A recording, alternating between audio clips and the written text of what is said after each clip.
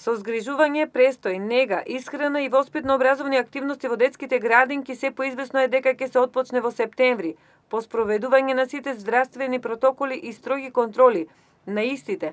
Потенцијалниот старонов министер за здравство Венко Филипче смета дека се исцрпени сите мерки и активности за подобрување, заштита и зачувување на здравјето на децата. Филипче е на став дека градинките се безбедни средини за прием на деца до 6 годишна возраст. Разгледувавме повеќе модели од други европски земји и направивме и посети.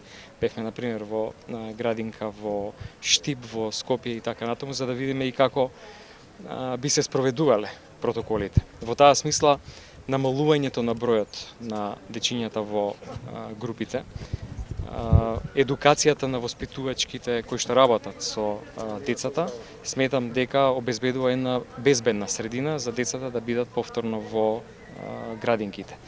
Исти се принципите за превенција на болеста на секаде.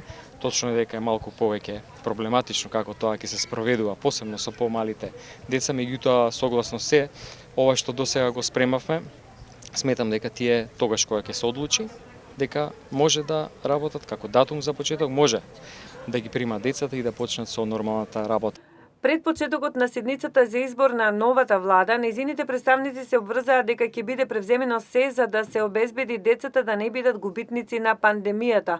Училиштата и градинките ќе бидат најважното прашање, а тоа меѓу другото значи дека ќе продолжи активното следење на севкупната состојба со пандемијата, ќе продолжи диалогот со средношколците, бидејќи протестот не е начин на комуникација. Според Филипче се работи на избегнување на лошите сценарија во Германија и Израел, каде вратите на училиштата беа отворени наеднаш со масовност и за краток период се случи COVID-19 да бидат заразени многу ученици и деца. Предлогот на надлежните за старт на новата учебна година во октомври со скратени часови, нови програми и редуциран состав на ученици ќе се реализира. Условите за физичко присуство во наставно-образовниот процес етапно ќе се прилагодуваат.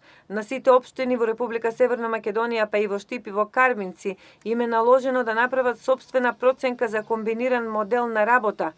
Во вкупно 600 училишта, од кои според Филипче дури 350 имаат услови за комбинирана настава со физичко присуство на учениците, модел кој сепак дава најдобри резултати.